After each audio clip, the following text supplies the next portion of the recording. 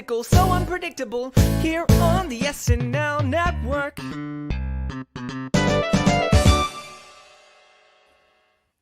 Yes, that is right. Welcome, everybody, on in to the final Saturday Night Network Roundtable of 2023, here to recap the Kate McKinnon and Billie Eilish episode of Saturday Night Live. My name is John from the SNN. Very excited to be back with you for this final Monday of the year. We got Christmas next week and New Year's the following week. So this will be the last time we are with you live on a Monday this year. And it's been an incredible year of Saturday Night Live, capped off with this holiday episode where we had a former legend of SNL return to the show who brought some friends along as well. So can't wait to talk through everything from the episode tonight and bring in our guests. So let me say hello to TJ Randolph. TJ, how are you doing?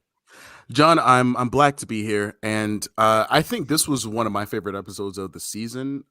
It might be one of my favorite episodes of the 2020s so far, but that's an easy win because Christmas episodes are usually pretty well done. But this was a delight of an episode. I feel like it was top to bottom. It was wonderful. So I'm in a great mood because I had a great time watching this episode. Yeah, I totally agree, TJ. I had such a fun time with this episode. I can't wait to talk about it even more tonight. And joining us as well is a Christmas tradition to have Rich Tackenberg join us on the roundtable. So, Rich, how are you doing? I guess by default, I'm white to be here. That feels weird to say. I don't know. I love this. For some people, the Christmas season officially starts after Thanksgiving. For some people, now it's right after Halloween. For me, it's after the roundtable of the Christmas episode. Now it's time to start celebrating the holidays. So I did not like this episode as much as you guys did, but I loved that you loved it. And that's what I love about SNL. So I'm going to be really excited to talk about it. Oh, you don't have to be fake positive. If I'm going to be positive, you can come in as the negative. Rich, let's make a beautiful vat of neutrality, toxicity, and positivity together. Bad cop, good cop. TJ, Yeah, I like to be negative in the specificity. So I'm positive now, but wait till we get to some of the sketches. I'm excited for this. I'm excited for it. All right, well, let's bring in the arbiter of some of our debates that we will have tonight between TJ and Rich, and that is the wonderful Kirstin Rajala. Kirstin, how are you? I am great. And I will say I'm leaning towards TJ land here because I also very much enjoyed this. I came in with very high expectations because, listen, she's booked because they are pretty much guaranteeing that it's going to be a great show. You get Kate McKinnon and Billie Eilish, who have proven already that they're great together. So I popped popcorn. I was ready. Yeah, definitely. Look, we never know what we're going to get with the Christmas episode, and I think that's the fun of doing these episodes. So before we get into the decision to book Kate McKinnon, Rich, I do want to ask you, I feel like I always ask you this question on a premiere roundtable when we talk about what premieres are usually like, but what do Christmas episodes in terms of SNL mean to you? A lot of times for me, it's fun, sometimes over funny. Ideally, it's both. It's a time when it feels like we're coming home. Often we're seeing alumni come back home to SNL, and it's a feeling of warmth. I love when Christmas episodes are not topical because there's an evergreen feel to a classic SNL Christmas episode, and just the joy on the faces of people in sketches for me is what carries me through a great episode, whether it's hilarious or whether it's not quite, just to see them having fun. And also for me, it's winter break. It's like being a senior in high school and if the minute that this class is over, I'm on break. There's that energy to the show of by the time we get to the good nights, I'm going to drink until early January and just have a great time and sleep. And I feel like you feel that energy in a good episode of the Christmas episode. Can I comment? Yeah, absolutely. What Rich just said. Go ahead, TJ. Rich, I love the comment you just said about an evergreen episode because I think we don't talk enough about the more timeless episodes of SNL, minus Weekend Update. There's no such thing as a timeless Weekend Update. But do you think this episode could fit in the category of evergreen? If you pop this on, this is an evergreen Christmas episode. You could pop this on any Christmas of any year and not wonder, except for Weekend Update, what topical issues they're talking about. Because I think this really was not a topical episode that I think could live on in perpetuity.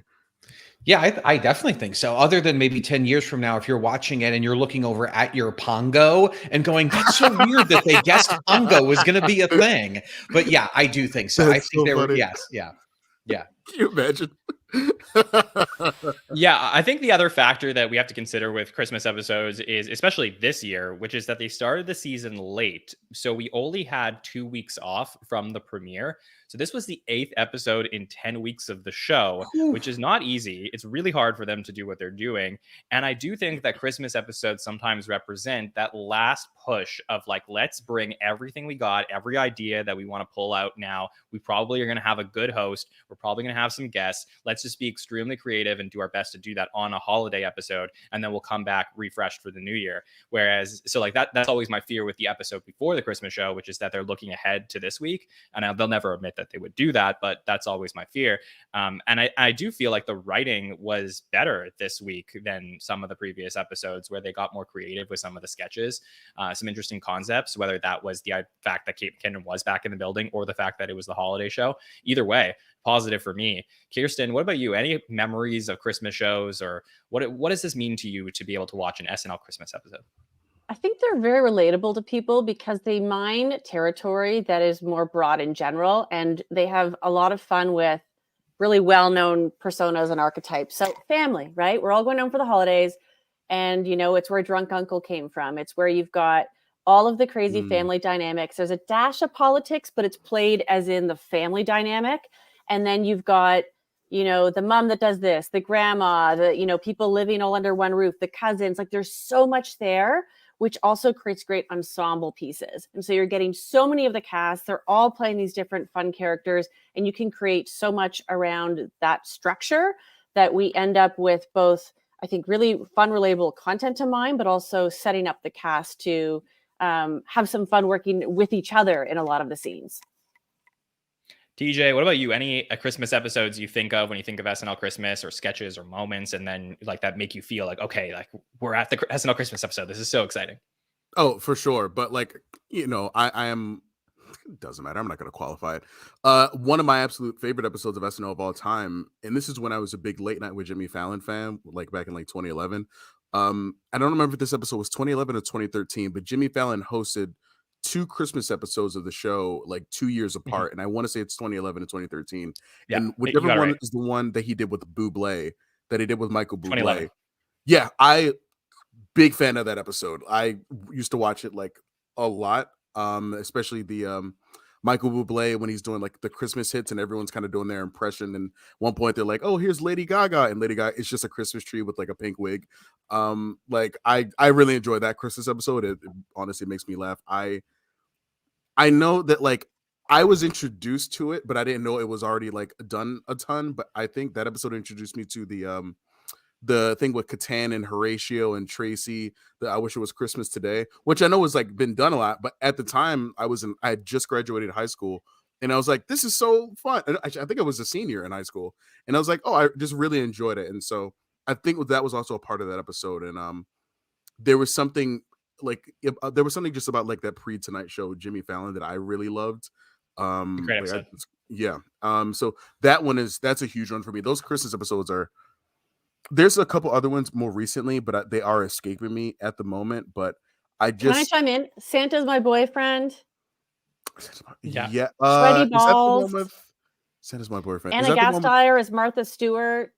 Topless. Yeah, Santa's My Boyfriend was the one that in 2006, I believe, where Yeah. we get opening it up on Kristen and Kate and Amy all singing Santa's My Boyfriend. Yeah. I mean, that's the other thing about these SNL Christmas episodes and this is really like for us, the people who do the podcast and watch the podcast, is we watch these sketches with like a meta factor, which is like, is this next sketch or was this last sketch going to one day be in the SNL Christmas special? Like, are we going to be seeing this sketch for years to come? And we don't like think about that with normal episodes, but with this episode or like a Thanksgiving episode, you're like, oh, that could be one we could see many times for many years. And I think that's also the fun of these episodes.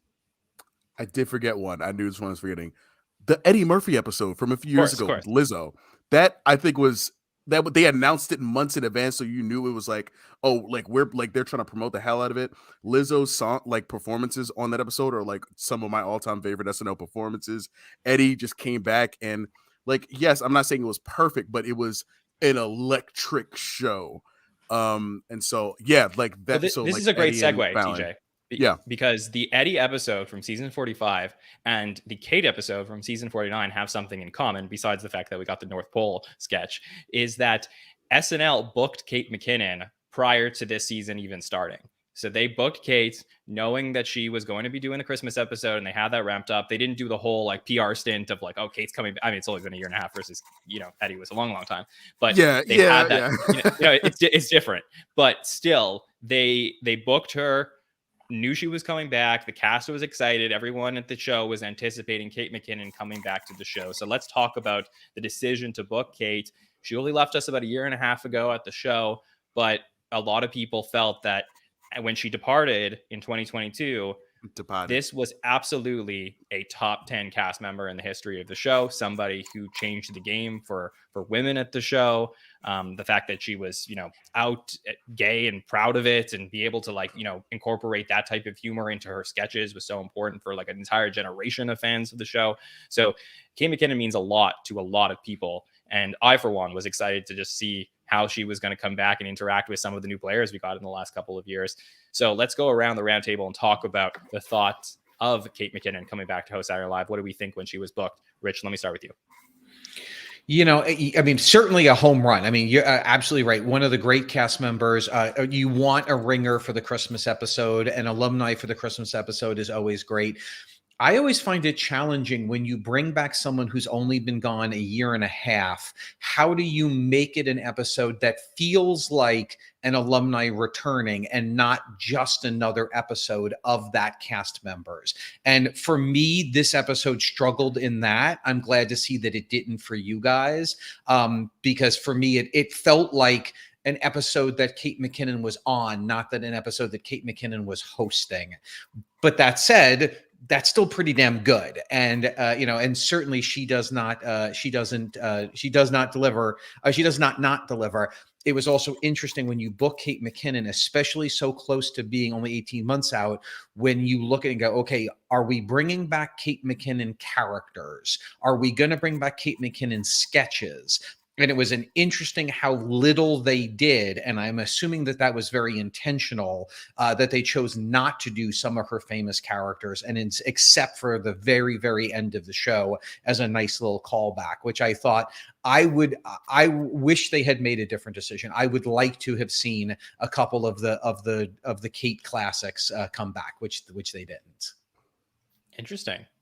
Kirstin, let me ask you, what do you think of Kate McKinnon returning to host SNL so soon? Was that the right call? Were you happy to see her name brought up on the card on screen once we knew that was happening? I think I squealed with excitement, actually, because I knew that it was going to be great. I think she will always home run. And so there was a comfort knowing that it was going to be great. I wondered if we would see a lot of the material that she was so well known for. And I'm quite glad we didn't, because we probably would have said it was too soon. She'll also be back 10 times in the next 10 years or 15 years. Like, she'll be back there so much. I don't mind that they're going to make me wait for it a little bit. I kind of like that. And I think maybe where she blended in a bit, Rich, to your point, is that she's someone who, in stark contrast to Pete, doesn't live her life online so much. Like, we don't know that much about her, and so she really just is neutral that way, where she kind of just it benefits her greatly in this job that she has, where she can just absorb into characters and impressions, etc. But it means that we don't know her all that well, so it's a good and a bad thing, right? She just kind of like went right into the cast, and it wasn't the Kate show, but I think that's her whole thing. Yeah, you hit on two things that I think were really key for me with Kate coming back. One is that she, probably the closest comparison I could make is like when Phil Hartman hosted a couple times. There was an excitement for me about seeing Kate McKinnon come back, because truly we don't know Kate McKinnon to the extent that we know most alumni hosts. Like, she even talks about this in her monologue where she says this. I don't really like to talk in my own voice. That's kind of why I got into this racket in the first place. Right. And like, was my thought, was like, okay, so how, like, what is she gonna do? Like, what's she gonna do for a monologue or something like this? Because we really only saw it through the lens of like when she did Hillary and she did Hallelujah, and then she was like sort of talking through Hillary to the nation. We saw it with Doctor We Notice a little bit, where it was like more of like her being a little bit vulnerable, but we just never like got to know Kate in that way on the show. She was so in character or through her impressions all the time that I found it fascinating for the world to sort of get to know Kate a little bit. And clearly she is much more comfortable, you know, doing all of these amazing things on the show. But I just thought it was really cool for us to get to see her that way. And that's what I was excited about this time. DJ, were you excited to see Kate? I mean, like she said, they just had to reactivate her ID that she just still had. It was probably still, you know, like I don't know if Kate carries a bag. This is New York, so she probably had a backpack that she like, you know, it's probably just somewhere in her backpack. She could just dig it out and be like, "Hey, fellas, what's up? Go on in, Kate." It's like my thought about like how often does Scarlett just get in the car and come to work with Colin. But I was a little intrigued, but more because I'm impressed by celebrities who I almost feel like Kate is just so much more an actress and a performer than like a celebrity. Pete's more of a celebrity. Yes, he's also a comic, but he's also a celebrity. And even though I don't think Pete has social media right now, I think they both have none of it. Kate hasn't had it the entire time she's been on the show, like ever. There's something to me that huge difference, TJ, though, between Pete and Kate is that Pete, like, we got to know him on the update desk right away, talking, you know, directly to the camera and saying like, "I'm Pete Davidson," and we learned about like his entire life, probably like completely to the other end of the spectrum than we did with Kate. So that's a huge difference there. It is. And you know what's even more interesting is thinking about the two of them side by side, like thinking about the Pete booking and like the length of their times like on the show. Like Kate's clearly a better performer and a bigger star. But Pete's still something great in his own right. Sorry, it's just like it was interesting to see like how she was going to be. And I've watched Kate McKinnon in interviews, and she always has that little bit of like nervousness that she kind of had here. But it was so interesting because like when she was on like Seth Meyers or something, there's still a little bit of like comfort and ease. And you know, pre-interview, they can be like, "All right, Kate, what do you want to talk about?" Like, "All right, I want to talk about my fish or my cat or something like that." But with this, it's kind of like, Kate, you're like on the stage, you're not wearing a costume, it's just you. We all can see you, Kate. Like, you know, what are you going to do? And I think what was even more interesting is when you're looking at that monologue, look how she lights up when the piano comes in, and look how she lights up even more when Maya and Kristen walk on, because that's when the performance can turn on, and she can, you can tell she's even more comfortable. Like, yes, like she's doing all these jazzy little dances that make her seem like, you know, this weird alternate reality version of Ellen, you know, in the beginning, which also she's Kate McKinnon. That's who she is. But there is something so I appreciate that about her, because I'm not always like, I like celebrity culture, I like pop culture stuff, but like I do appreciate that there's not a ton I know about her, because it seems like she could have a relatively private life. And I kind of appreciate that. We know her. We have seen her talents for over 10 years. We know she's excellent. She's great. She's not going to have any problems getting a job. She's a great advocate. She has like, there's so many good things about Kate McKinnon, yet we still see her humanity. And I think that's something so beautiful. We don't see her as just like, you know, this celebrity god like figure. We see her as like, I see her as a person and as a woman, as well as one of the greatest performers SNL has ever seen. And I'm honestly kind of appreciative that she does still have a little bit of that reservation, that she is still behind performances. And I will also say, I am very glad that we got a break, because I was tired by a certain point, and I'm glad that she didn't do. I like, as much as it would have been nice to see her in the, like, I almost expected, I walked into this episode expecting it to be a Sudeikis episode. Cold open, monologue, weekend up. They are everywhere. Like, I was expecting to see her everywhere, and she didn't. She played the host role, and it was weird because it was like, oh, it's just like Kate's here, but she's just kind of in everything. Well, Kate's always been in everything, but Kate wasn't in the monologue. I mean, this episode did have a different energy, but I think it still worked, but it's nice because we'll have a break. She'll be back next year because the 50th is coming up. So it's not like we're going to go without her for too long. Right. But the best decision that SNL did here was go 18 episodes last year and 8 episodes this year without bringing Kate McKinnon back. So this felt more special. Like, I know it wasn't that long, but it still was something. Like, had we seen her cameo a couple times, I don't know that we're going to feel the same excitement for her hosting this episode. And I think when like Kirstin came back, I think she hosted the finale the year. Was it the year after did the COVID left? episode, didn't she? Well, no, I'm talking about her first time hosting. It was like pretty soon after she left the show, maybe the finale the year after. And we had already seen her cameo previous to that. So it was almost like she never left, that type of thing. And I love Kristen Wiig, but it just felt a little bit better this way. Kind of like when Alec was hosting in 2017 when he was on the set. He was like in SNL all the time, or when Maya hosted a couple years ago. Penultimate episode in S38. Thanks, guys. Yeah, when like Maya hosted and she'd been back multiple times. Or, but again, there's nothing against Maya and Kristen. Also, will just say that. Oh, I'm sorry. Here's the one question I had is, and I'm wondering if it's scheduling. Like, it might have been scheduling, or maybe she doesn't really mess with them like that. I doubt it. But like, where the was 80? Like, where? Why? I'm sorry, but like, I know that like I can see Kate McKinnon having a good relationship with Kristen Wiig because they did Ghostbusters. And that was a really fun movie. I really like that, and I could see them, having that relationship. Cool.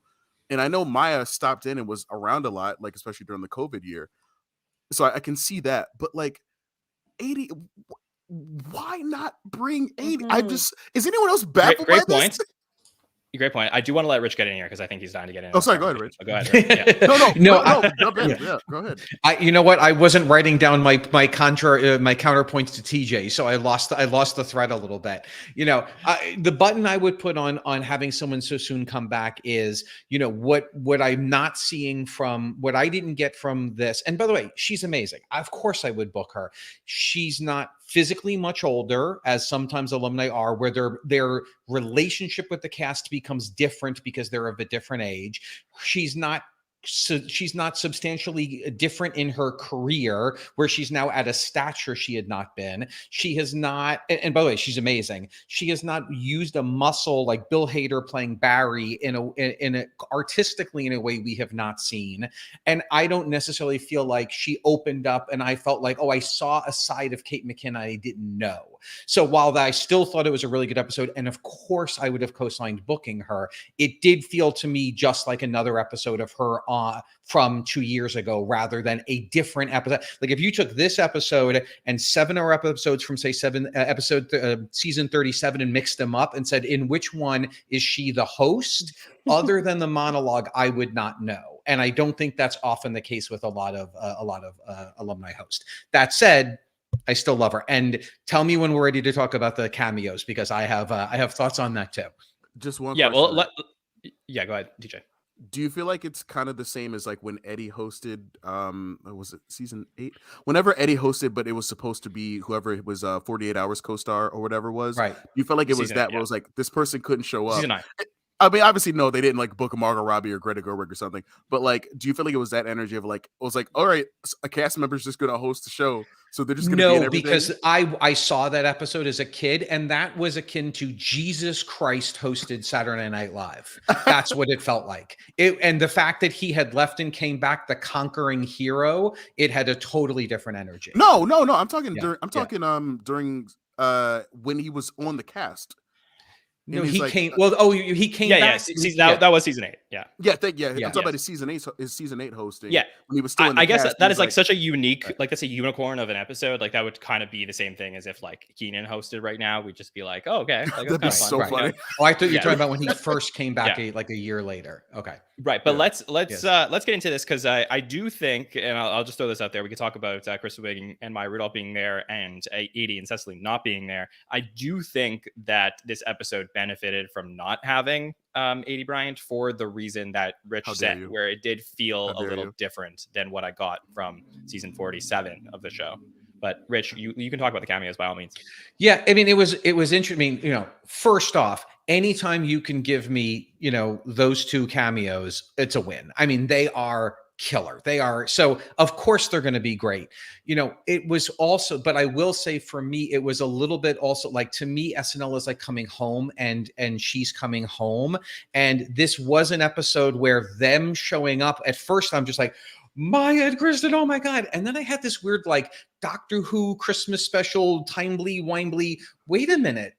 Kate wasn't on with either of those two people. Right. So it felt like an episode that Kate was on, that they cameo. I mean, she was on with Kristen for 6 months. For like, yeah, For exactly. 6 months. But it's not like, so to me, I agree.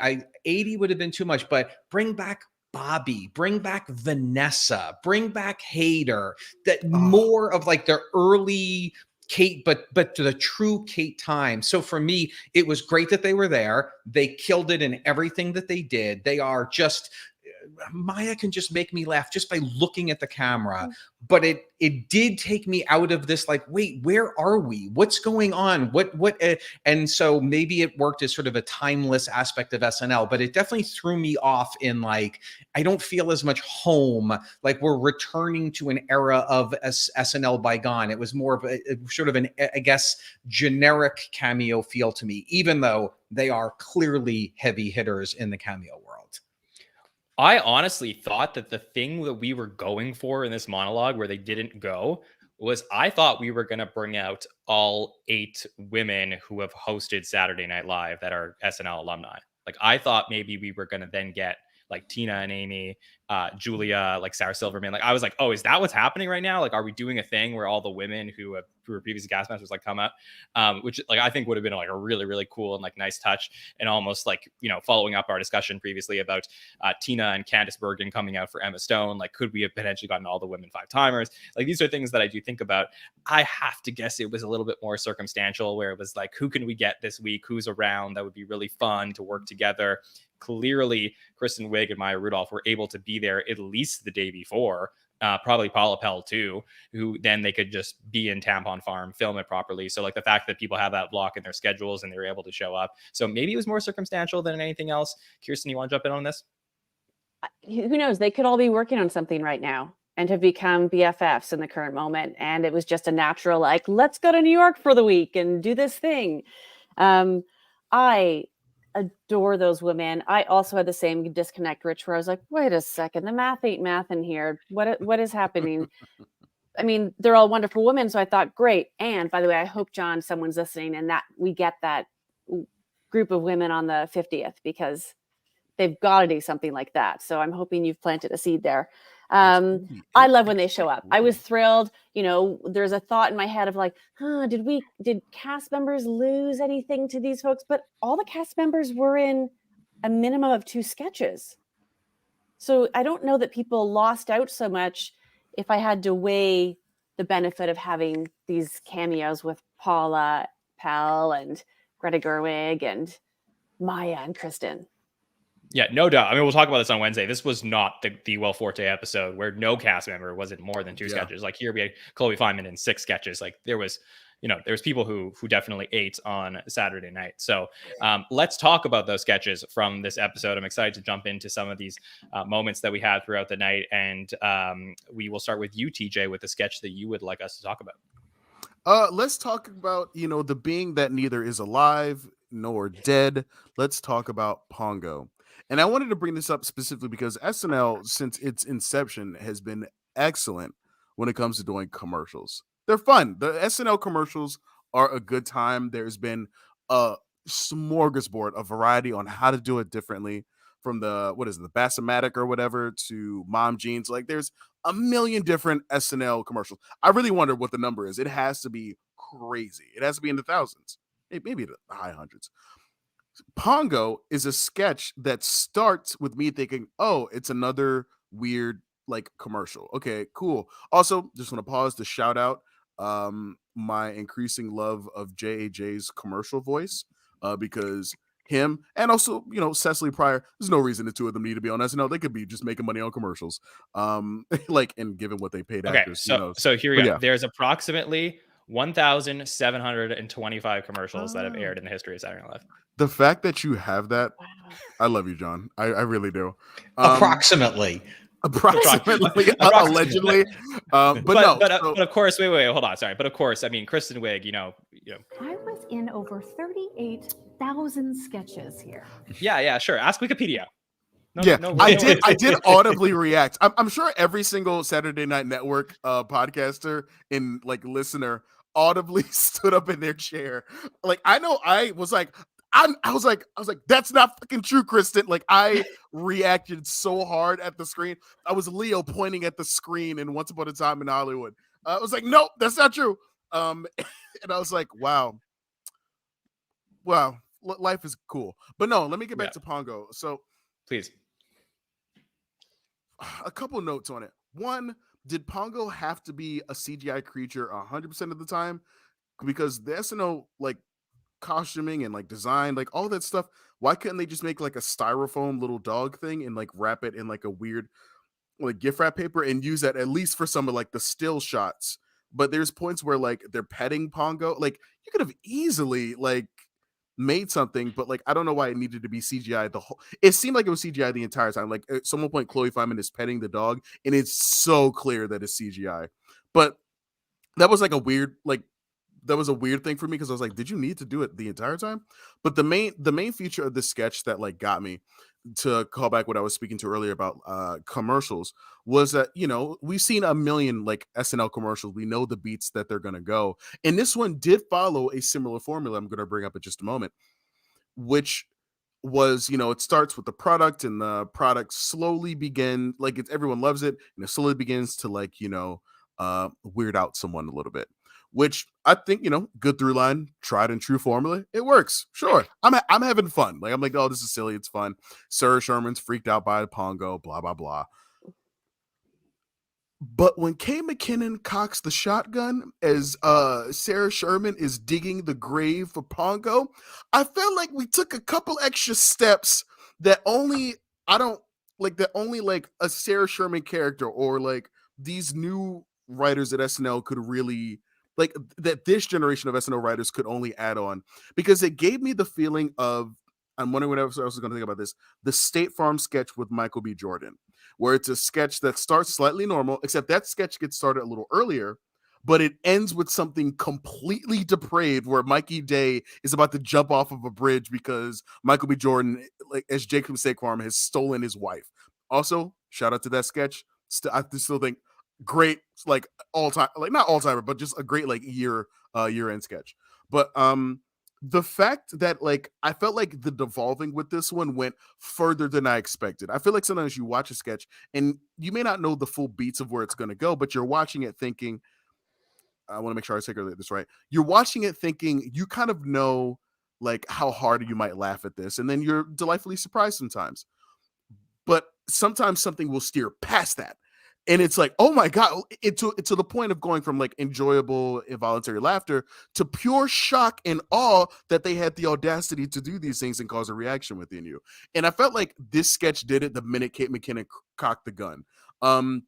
Because there was something about it that turned from like, weird commercial sketch that goes into a dark place that made it start to have sort of that Adult Swim turn that I really think of when I think of Sarah Sherman, like those old Adult Swim infomercials where it starts normal and gets super, super, super weird. And there was something about like, I don't know if Sarah Sherman wrote it, but like having her at the center of the piece, I thought was a perfect like casting. Like, I'm glad that this, like, it seemed like it could have been a family sketch, but that it focuses on her in like her in a horror movie, like with Pongo. And so I just really enjoyed that pacing. Like I really liked that. Like the sketch surprised me in the end because I thought I knew how it would end. And I just it just surprised me, and I really, and not just in like in a comedy way, but like in a beats way, that it took way more beats further than I thought. And so I just enjoyed it. Yeah, a couple of points of clarification. So I believe that Pongo, there was some CGI there, but I believe they made an actual Pongo because I saw on social media that they like unboxed Pongo, and like Sarah was like, "Oh, it's perfect." Because Sarah Sherman, from my understanding of Dan Bula's social media, said that Sarah came in with this sketch like fully formed, and then he sort of like cleaned it up a little bit, and then they submitted it together. But yeah, this was like a full Sarah piece that she put together, and I loved every minute of that. I'll say this sketch like spoke to me.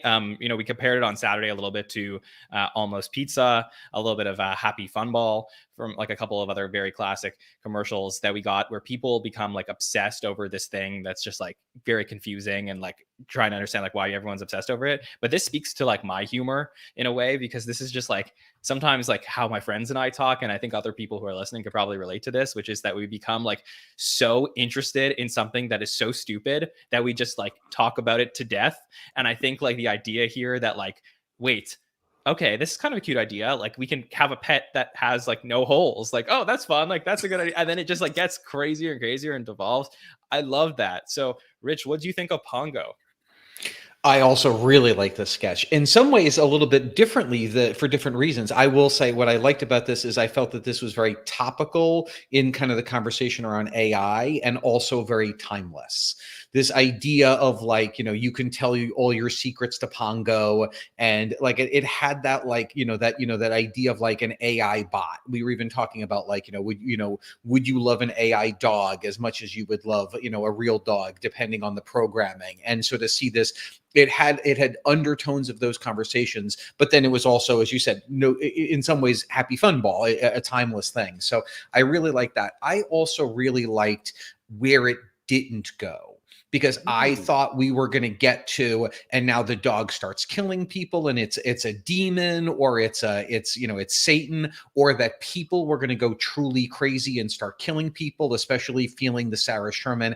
I felt like the sketch walked a really nice line of it got crazier and crazier, but it never got so crazy that I was like, okay, now we're just in crazy land. Now it's not a commercial anymore, because the dog never actually did anything that was truly evil. It was just on the edge of, it goes from the hallway to the outside window. How did it get there so quickly? But I loved that they kept playing with that, and I like that people, like everyone else, loved the dog, but it was never this like maniacal, crazy love, except for Grandma, which was fun.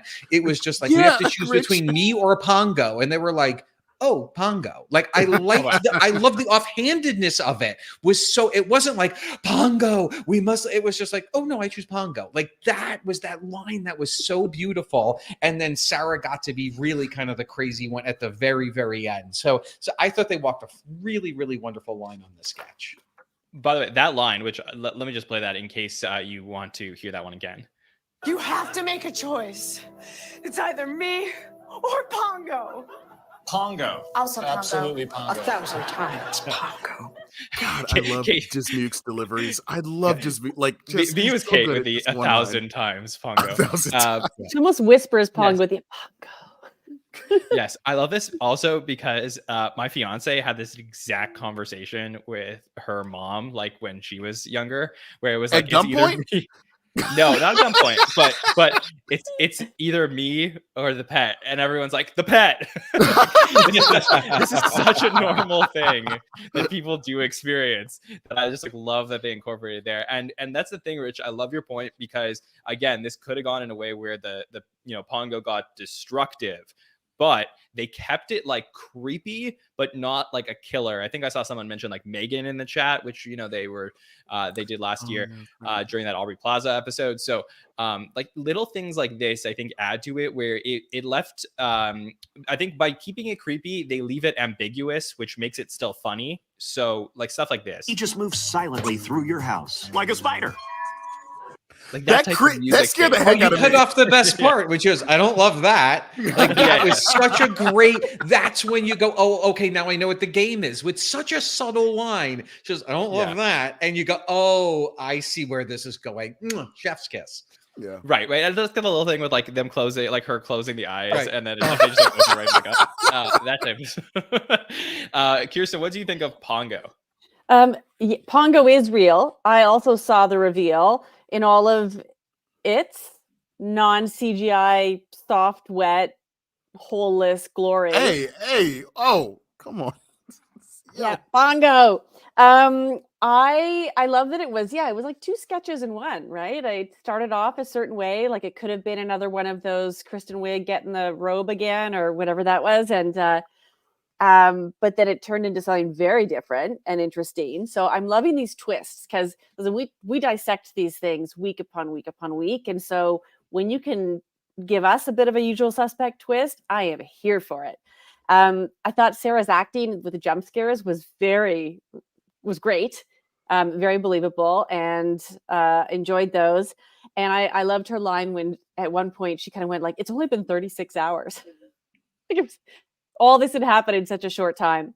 But Rich, picking up on what you said, I love that this is one of those like futuristic products, like dreamt up by some tech CEO, like, hey, selfish humans, you want a pet and all the benefits of a pet without having to actually get a pet and take care of an animal.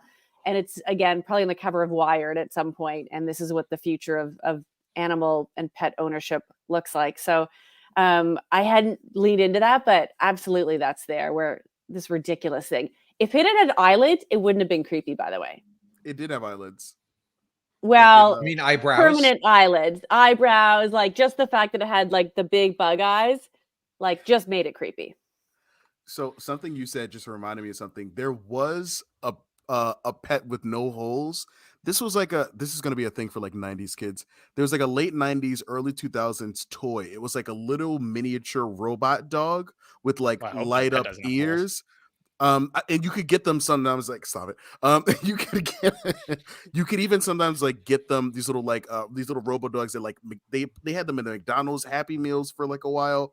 But if any millennial, no, it was a little bit after Tamagotchi, but it was a little dog. It was like, just look up like Robot Dog 2000s, like you'll see it. It's like a little thing, and it has like a LED light up visor. Trust me, like millennials driving their car right now from ages like 25 to 35 are gonna like almost like just veer off the road when they are like really like, oh, this is what it is. Yeah, but like, you guys don't know what I'm talking about, do you?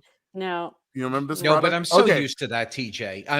It's common ground for me. TJ is not used to that. He typically is the one who does not know what we're talking about. Whatever. I don't know things sometimes. TJ, you're on with the old folks this week. Yeah. So you hear that, John? You're on with the old folks. I'll take it. I think John's younger than me. Shit. Let's talk about Andrew and the paw. Oh, and how long they let that play out for. Kudos to him. Kudos to the editors to let it go that long. Yeah. It was so great. Yeah. Another and it was Andrew being Andrew, right? Like that was his personality and his style in 10 seconds, 12 seconds, however long that was. Oh, it's the best. And I love it because you think I love the misdirect that you think, oh, that's the first misdirect, because you think, oh, that's going to be the game is Pongo doesn't work. Like he's that bad toy, but like just another great SNL pre-tape. Look, what are we preaching to the choir here? Wow. Yeah. Another great SNL pre-tape. Yeah. I think this was awesome. I think this was my favorite pre-tape so far of season 49. I really just enjoyed every minute of it. And I love that they just went in that dramatic direction. Yeah. And I also think I do think that one thing that SNL has gotten really good at over the last at least I'll say over the last few weeks, if not the last few years, is they can do tone change really well within a sketch, where it is basically almost like a children's TV commercial at the beginning, and when they get to the dramatic scene outside, it like almost turns into like The Walking Dead, where you get like dramatic like turn of the camera, and then we see like Kate McKinnon standing behind Sarah Sherman with the dramatic music. Like I just think that the editors and the whole team, like the whole pre-production team, is just unbelievable. So to me, these are things that I'm sure that the SNL writers and cast members can really appreciate because they get to be more creative. No. I don't think we're gonna get to this sketch. I mean, I don't know if we are, but that thing you said about tone change, I think the sickle cell sketch does really well, where it goes from like light to really dramatic, where she gives him the cure, and then the minute Keenan says, "I want this boogie woogie Santa," like the minute like that immediate like the audience uproar works. When the Punky gets the same line, I think like that. Well, let's put a pin in that, because maybe we'll get to that on the when we do a second round. So looking forward to getting Rich's thoughts on that later on in the show. Rich, what sketch do you want to talk about? I would love to talk about the Abba sketch. This is not an all-timer, but for me, this was the most fun of the, what do I want a Christmas episode? I want it timeless. I want holiday. I want cameos. I want singing. I want people breaking. I want fast pace. I don't want it to linger too long on any one joke. And for me, this delivered on everything. I just thought, just so much fun. The four of them together, and it's just so stupid. It's so stupid. And they knew that it was stupid, and so just, I loved everything about this. And what I really liked about the writing of the sketch, because this was a performance sketch, but what they did when they wrote this is they went, all right, how do you heighten something so simple and so stupid? And they did it with the faces and the proximity of faces and the positions and poses. So by the time that, Maya's in Kristin's face, they're touching noses and they're singing, it just kept getting more and more silly. And then on top of that, that little nice touch of, they're not just singing ABBA songs, they're singing Christmas versions of ABBA songs. I don't love ABBA, but I knew all of those songs. So when they were doing that, ba la la la, ba la la, I was just laughing so hard at how great it was. That was the funniest thing. Rich, let me play that line. It's so good.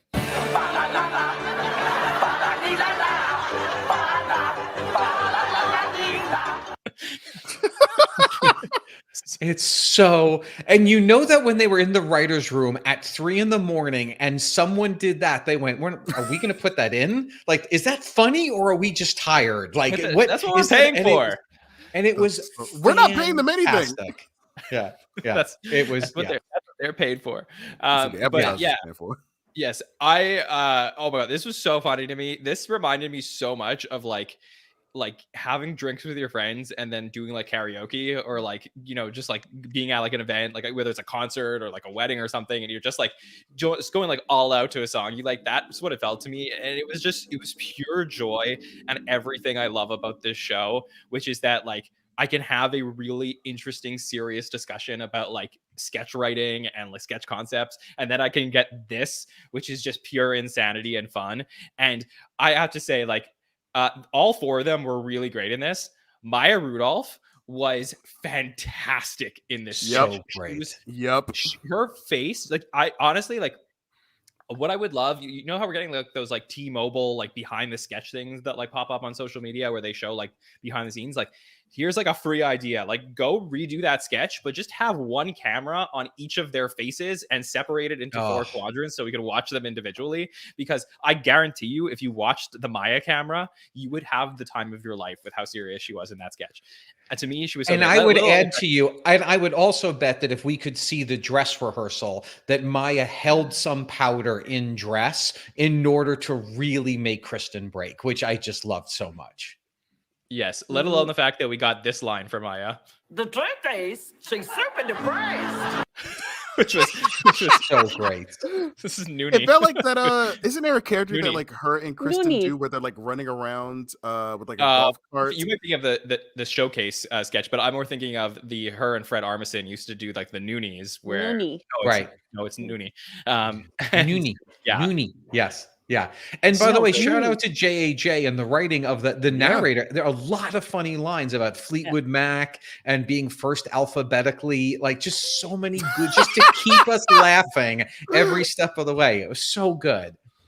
Yeah, seeing JJ break a little bit in the sketch reminded me a little bit of like when Chevy Chase broke for the first time in SNL history, and you're watching and you're like 12 or 13 episodes into the show and you're like, whoa, people can break on the show. Like I never expected like JJ to break, and then I could just like see him trying to keep it together. And again, like that is like, that's my law like of breaking, is like somebody trying not to break is the funniest thing that can happen. Somebody breaking is not as much. So I just think everything was clicking here for me. Kirstin, how did you feel about the Abba Christmas? I loved it. So I grew up listening to ABBA on records, like a record player. Yes. And ABBA is fantastic, and I love them, and I know all the lyrics. And somehow I had forgotten that they do the face thing. So when they did the face thing, holy smokes, that was my first Christmas present this year. It was so funny. Oh my gosh. So this to me, like if I could be a fly on the wall for the whole time that they were writing and preparing and rehearsing and performing this, that's my dinner party crew. Like Bowen, Kate, Maya, and Kristin. I'll cook them whatever they want and I don't even cook. Like that would be the most fun I can imagine ever. I was excited for Bowen, who got to be in this sketch with these legends. I was excited that JJ, cracked up a bit because that was very rare and I noticed it. The Kirstin and Maya, trying to make each other break when she's got her face in her hair. And then they did the sides. Oh my gosh, it was pure magic. And the lyrics were silly and the outfits were silly. And Bowen with the hair, for people who don't really know ABBA, Bowen's hair, that was legit how the guy's hair looked. It was kind of fluffy and a little long.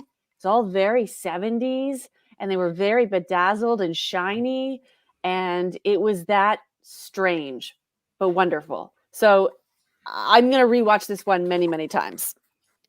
Yes, and I will also, I mentioned this a little bit on Saturday, but for those who don't know the lore of ABBA on SNL, which is just this like crazy thing, if you ever go back and watch season 1, episode 5 of the show hosted by Robert Klein, I believe that is the episode where Lorne Michaels quit the show during the week of the episode and they were scrambling to figure out what to do. So Dick Ebersol took over that episode and booked ABBA, as far as I understand, as a musical guest, which was like not a Lorne choice at the time. They were more like popular music, whereas like Lorne was booking like less popular acts that more like worked for the vibe of the show. So ABBA was booked and then like didn't make it in time, and then they ended up like pre-recording some of these appearances, and there was a whole thing about like during their appearance where there's a scene happening in front of them singing and water is filling up on the boat, and it's like a little bit like a Titanic situation where like the tables are flying and stuff like that. It's like one of the craziest musical performances that you will see in the show's history, and just like the lore of that for longtime SNL fans to then just see them like do an ABBA sketch like this was really fun too. So just wanted to bring that up as well. TJ, what do you think of Abba Christmas? Well, I definitely don't have the storied past with ABBA like you guys do. Like, to be honest, my biggest association, I've never seen Mamma Mia 1 or 2. My biggest association with ABBA is that in the second season of Community, Dan Harmon, who's the creator of that show, spent the entire music budget for the rest of the season on ABBA songs for the Halloween episode, and they were only like 6 episodes into production of like a 24 episode season. And it's just a really funny thing that he ended up having to use his own money for the rest of the music for the rest of the season. But that Halloween episode is scored with ABBA songs the entire time, and it works really well. It's really, really funny because they make a joke like, "Oh, did somebody remember to turn off the Dean's playlist?" So that's my only ABBA association, really. Like anytime Dancing Queen comes on, I mean that's is it with me? I know that song was good 10 years ago, but it just feels like it's just getting gooder. Like it just, songs just go in waves. And I feel like Dancing Queen for me right now is just higher and higher. Like it's a great track. Everyone knows it is, but it's just sometimes TJ, you've got a list. There is so much more. There is so much more. I know. I've heard other ABBA songs. I'm just not, I haven't like dove into them. But so for me, this was more about like, okay, like what's the sketch gonna like be? And at first I struggle because I'll be honest, anytime I see Kristen Wiig start to sing, I get nightmare thoughts back to Garth and Kat, who I can't stand. Honestly, I think one of the worst SNL characters. Like I hate Garth and Kat with so much praise fury. TJ. You know me too. I'm with you. I cannot stand Garth and Kat. But I appreciated this. And by the way, this is also coming from somebody who was watching like a bunch of Emma Stone episodes and old episodes lately and was seeing a lot of Kristen Wiig and seeing like a little too much. But this wasn't the case at all. The minute that they're like their faces are together, it's just cracking me up. But 2 things came up to my mind. One, I don't think we give enough appreciation to whoever's choreographing dancing on the show. They have to remember. They don't even have to remember the lines for sure, but they may have to remember the mannerisms, this performance. But then, who is somebody performing on the other side of the camera dancing? How do you remember dance choreography mid-show? So I just want to give a huge shout out to like that piece. Like, yes, the dance moves are very simplistic, but to remember that when you have to remember like a million other things that you're doing, I think it's just like, just shout out to them as performers in the show, just the machine that it is. I don't think we talk about that enough from a choreography standpoint. And 2, there's an unhingedness you see in Maya Rudolph's face that John is hinting at, where there's a shot of Maya and Bowen in the same shot, where on one of the fa la la la, like on one of those pieces, Maya's eyes almost seem to burst from her head, and her head starts to shake. That it Bowen, like you can see it, like he is like dying. Like it is so funny to me, like just that moment, because like in the first shot it's like, okay, she's like doing it, but in the second she's clearly laying it on, and it's just another just great shout out to Maya Rudolph. So that's all like the sketch really made me think of. But I think it was another good note. Like it made me smile, it made me laugh.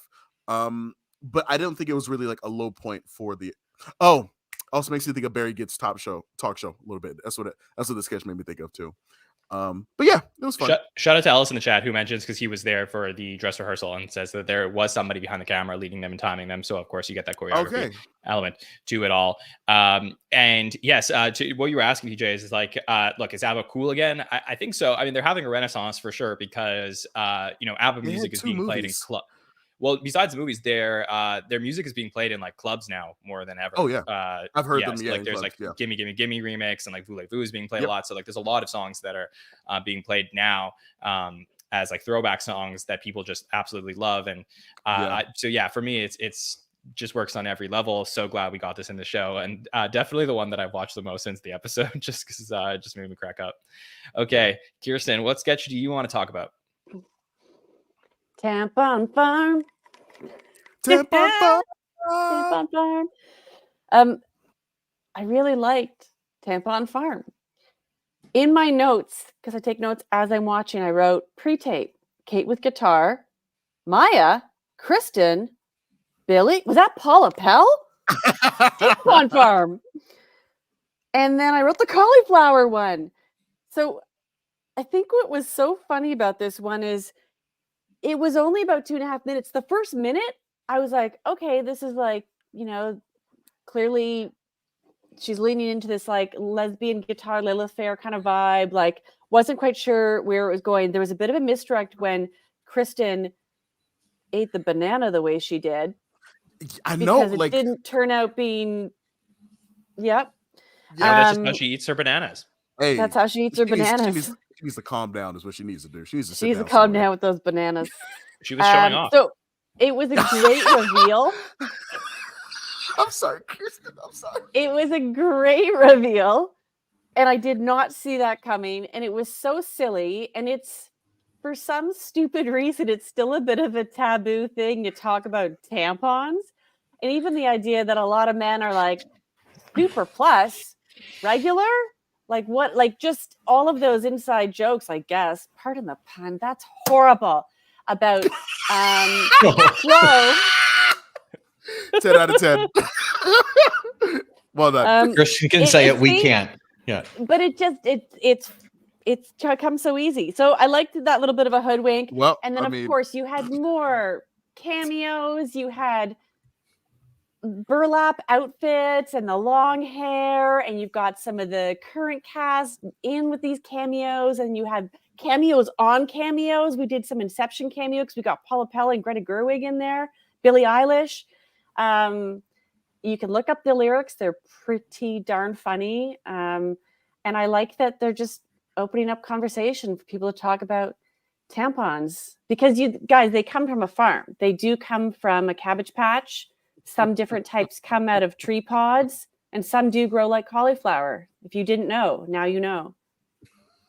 Yeah. This was so much fun. I think it was a really interesting concept here. It was dangerously close to a hat on a hat, I think, where you had a situation where it's like, okay, like what if tampons were produced on a farm? Okay, great. What if we sung about it? Great. And then there was the other idea, which was the last line of the song, I believe, which was we're going out of business because they're singing instead of farming. So then it's the idea that they're produced, like the tampons are being produced on the farm, but they're not actually making any money off of them. And I think like it became like a little muddied, but overall, like I just think like if you're not going to be like nitpicky about this, like this was really, really fun. And like again, like to have like all these really powerful women in the sketch doing that, like I think it was just a great moment for the show and a really exciting one. So TJ, what did you think of Tampon Farm? I enjoyed it in the watching, and then the sketch even grew on me more because I was working today, and Heather and I were on the phone. Like sometimes we'll just like passively just like be on the phone or whatever while we're working. Or no, we're not any employers who might hear this. But like, so I haven't like Heather and I haven't said anything in like 5 or 10 minutes, and I'm just like typing. All of a sudden, I start humming. That's a new relationship thing, by the way. Not that you guys are so fresh, but I'm just saying, well, like that will go away one day. Thanks, one man. day you won't be able to just like sit on the phone and be like, no. So like it's like a passive thing. So like she's working, and maybe we're not talking for like 10 minutes because we're doing something, and like it's just you're just breathing. Also, whatever. Yeah. You're engaged. Don't ruin my new relationship. Sorry, I'm just saying. Like, enjoy it while you can is what I'm trying to say. I am, sir. Enjoy the silence. We're long distance. Like I have silence the majority of the day. But no, like my thought that I was before I was rudely interrupted instead of a regular TJ interruption. My thought was I started humming Tampon Farm without realizing that I was doing it, and then I started singing it, and I'm realizing that like Heather, who hasn't seen the episode yet, like is overhearing this. And I don't know what it sounds like when your boyfriend just starts humming the phrase Tampon Farm multiple times and you have no idea why the fuck he's humming that. But I don't know. It just, the song like has been putting me in a good mood. I think it's really funny. Also, I thought it was crazy, but I thank you for confirming that was Greta Gerwig that I saw in the pre-tape, because for a moment I was like, all right, I know that actress that when you're going through and you're like, oh, I know who these actors are. And then you see one person is like, who is that motherfucker? Who, like, why don't I know you? And I was like, I felt crazy because it was so quick. Also, shout out to Billie Eilish shaking a tree full of tampons and just raining down. It's what's so funny is if you would have told 15-year-old immature doesn't know much about the world, young boy TJ, like you'd be laughing at a sketch called Tampon Farm. He'd look at you like you were crazy. But I'm 30 and I'm a grown ass man. Like a tampon is just a fucking word. In something honestly that I don't have to deal with because life is unfair towards women. That's not me highlighting or cheering on men. That's me pointing out how shitty life is for how much it's shittier than in Canada they're taxed. That's what's shitty. Yeah. So Jon, do you have any of these queued up, by the way? Do you have any of the song queued up? Oh yeah. So it is harder for me to queue up a music video as much. So I didn't really do that because these things are like a little bit more visual. But was there a specific line you were looking for? Oh, I'll just read it. The sun makes the fibers, the hand load the fibers into little things of plastic to go in a vagine.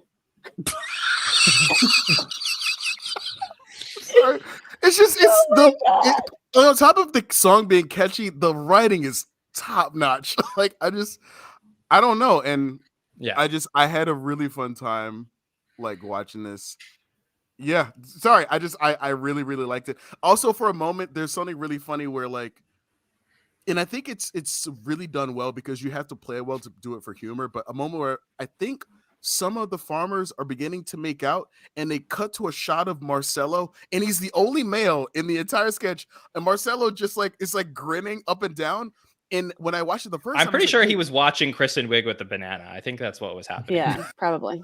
But when I'm watching it, I'm like, wait, what is he grinning at? And I didn't get it till the second time that he's just watching them make out. I thought at first, and like, if I'm being honest, when I was watching it the first time, I thought he was proud of their farm work. That's how dumb my brain is sometimes. Like I was like, wow, he's another farmer respecting those farmers, until I realized the scene. Like that's how good of a time I was having with that sketch, that I thought a man was paying more attention to farm work than women kissing. As he should.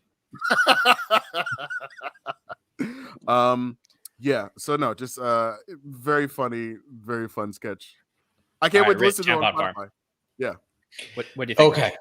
So I was really fun. One of the, we talk about the big theme of this episode is this Christmas episode, but I think what we haven't talked about is that they really, in a very subtle and wonderful way, made this a very female empowered episode. You see that throughout the night, from the beginning to Whiskers Are We, that it was a real, without being, in a very much is a throwback to Barbie, which Kate was in with Greta and Billie doing the music. So it was really of a piece and I felt like this was a wonderful of a piece kind of thing. I thought this was really fun. The lyrics were catchy, and it was so fun and silly. I watched it twice. Now, I will say I am not the target audience for this video. I understand that I am not the target audience. But I will say, and I watched it twice, I wish I liked it more because I don't know what the comedic premise of this was. I thought what we were starting out was, well, let me talk for a second, TJ. Jeez, your mic was cutting out in before we started, and now it's working freaking perfectly. Something up, man. Say it. I'm kidding. Like for me, I thought it was going to be, oh, these are the silly preconceived notions that men have about tampons. And we're going to make fun of men without ever showing men. And then there were so many silly things in different ways that I couldn't get. Well, now the dogs are mad at me. I can't. Yeah. So as much as I liked it, I wish that I loved it because I was like, as silly as this is, there's got to be a point to this. There's got to be a game. There's got to be a message. And watching it twice, I never got it other than this was super silly. And we're just going to be silly about a topic that has weirdly been taboo for so long, which I loved. So I didn't like it as much as you guys. I liked it. I didn't love it. And I also understand if the writers and performers said, oh, a 55-year-old white man didn't get it, fuck them. I would be totally like, yep. Check, got it, no problem, good. But I wish I liked it as much as you guys did. Let's let Kirstin respond to Rich on this. Yeah.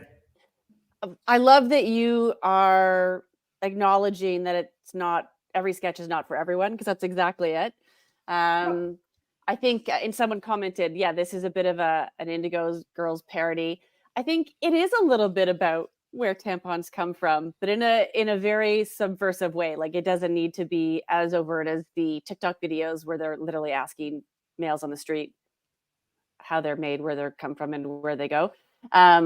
It was a funny enough way to do that, but I think it was more, I think it was a mix up of Kate and her very kind of vocal, proud stance on representing the gay people, I guess. Like, just, she's always had a lot to say about about being a gay person, and so kind of taking the piss out of that a little bit, combined with the tampons, combined with Indigo Girls. I think it was a good mishmash of all of them. And also, when you've got all these women in the building willing to do cameos, like, okay, what are we going to do with all these women? And I think that there are just so many places you could take that, and that's obviously what they did.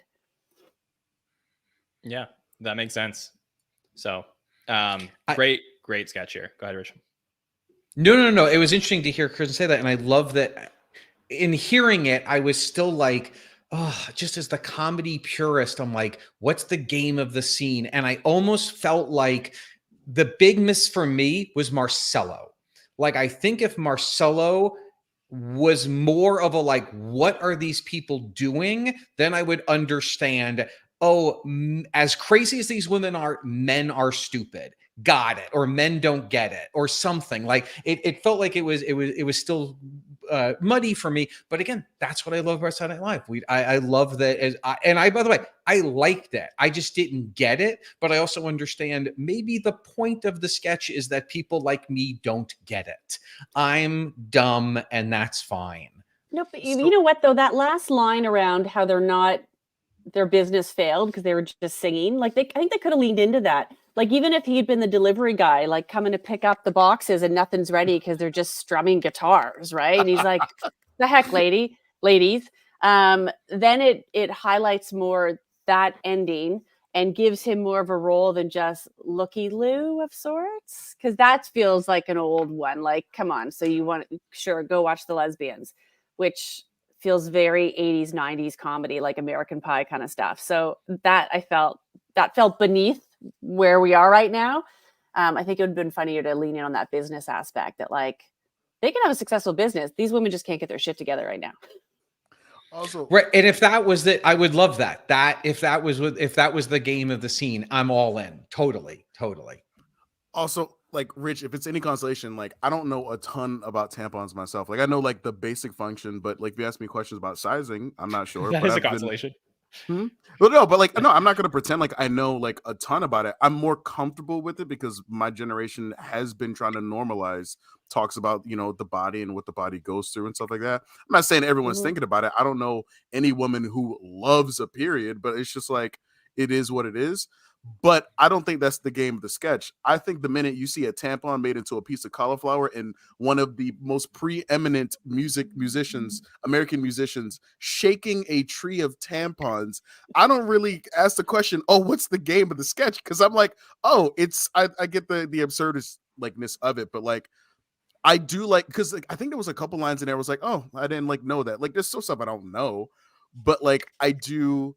I can see where your perspective is on it, and it is like intriguing. But I guess it was the visual gags what are really got me, because that's so clearly not supposed to be the thing, and so it's intriguing to hear like your take. And I don't think it's like a you're dumb thing. I just think it's just like a different perception thing. Yeah. I for one think that was a bloody good sketch. So oh my god, Christ! It's why don't it's you the just last jam it up? roundtable of 2023. I had to get one in there. Yes. Well, All right. is that another? Was that another one? You guys gotta watch him. All right, you gotta listeners you should don't get a hold of tolerate yourself, this when Jon. I'm not here. Okay. Yes, seriously. Yes, and by the way, on the bingo card of things that TJ didn't know much about, I didn't think we were going to be getting into his thoughts on tampons tonight, but just It was a just- sketch called Tampon Farm. Like, Yes, but by the way, just in case for any of the listeners who did want to follow along at home to talk about TJ's thoughts on things he doesn't know, I'm just going to bring it up on screen. So you do have the bingo card that was created for all of you. So here's the TJ Randolph bingo card with all the different potential categories of things that he may not know. So if he can fit tampon into one of these, then hold on. there we go. So I'm sorry. Hold Yeah. on. You need to send it to me. I Yes. need to take a picture of that. I'll Oh my send it God. to you. I'll send it to you after the show. But just for anyone who wants to screen cap it, in 2024, we're gonna do some fun TJ Randolph bingo. Mark your card every time Fantastic. TJ does not know what. I need to something see is. this. oh my gosh. Can you read out a few of the things here Sure. for the listener? Fictional characters. Of course, you know your center square has to be white sitcom, as we discussed. So yeah, here we go. All the SNN panelists you've never heard of. Wait, hold on. So- This is a list of things, 25 things TJ Randolph doesn't know. I know plenty of Exactly. white sitcoms. Apparently not, but yeah. Thanks to intern Matt on that one. Okay, let's keep going with the sketch. Who made that? It was Matt. He was great. Let's talk about Gifts from Mom, which was a sketch that came around the middle of the show, where we saw plenty of great cast members in this one. So here we have Kate and JJ as the parents. We got Marcelo and Chloe as a couple. We got Molly and Devin as another couple. And it's Christmas time, so Mom's going to give out the gifts, and Kate walks around and starts giving out gifts. But she's really self-deprecating when she's giving them out, saying, you know, I'm so dumb. I know they're disgusting. I think she says at one point, she says this. I know they're disgusting. I'm an idiot and a bitch. Just like, wait, where is this going? And it just keeps escalating from there to the point where she's just saying like, I like FML, like I can't believe that I'm so glad that you guys like didn't come out in certain ways. Like I think here's a line I liked. I'm lucky you didn't come out whores. So it just keeps getting worse and worse. And we also have the contrast of JJ giving these like really like innocent and stupid gifts to the kids. But I'll say the reason why I like this sketch again in a night full of like dumb fun. This was the sketch that I thought was like a really smart, interesting premise. You could almost describe it as slice of life, where you're just, doing a sketch which Kate plays really well from the perspective of a mom who is extremely insecure about where she is in her life and the fact that her two daughters have grown up and met people and they're coming back, bringing their partners home, and then they just feel like inferior or don't feel valued and loved by their kids anymore. So they're trying to make up for it with the gifts, but then also have this balance, of being self-deprecating. And for me, like I just felt like Kate like walked that line so well, to the point where it was like it didn't get Kate like cartoony, which I think is what we get sometimes throughout the years with her. And I felt this like stayed grounded in the show itself. So for me, like, I really love this sketch, and I almost feel like in a night full of cameos and big moments, this one could go underappreciated. So I thought it'd be important to bring up. Rich, I'd love to know what you thought of it, though. Go to TJ or Kirstin first. Okay. All right. Kirstin, what do you think? It was fun. I think the premise became somewhat obvious early on, and it did escalate, which was fun. I think you probably have a more like a greater family dynamic going on, because there are a lot of moms I know that are like this, not just because their kids have grown up. They're just always like this. And it's a real weird, anxious thing of theirs. So it's fun to see that played up. Like, I could identify, not that this is my mom, but I could identify that persona who, you know, oh, I have the receipt. I did my best. Put me in a home. I'm from the wrong side of the tracks. I hope I can fit it over my bitch body. Like, that to me was the funnier part, is all of those lines, because once I understood what was happening, I was just waiting to see what she was going to say next. And then the fact that the dad gives such ignorant gifts, but is like totally fine with it. The stupidest gifts, most insensitive, inappropriate gifts, doesn't think twice.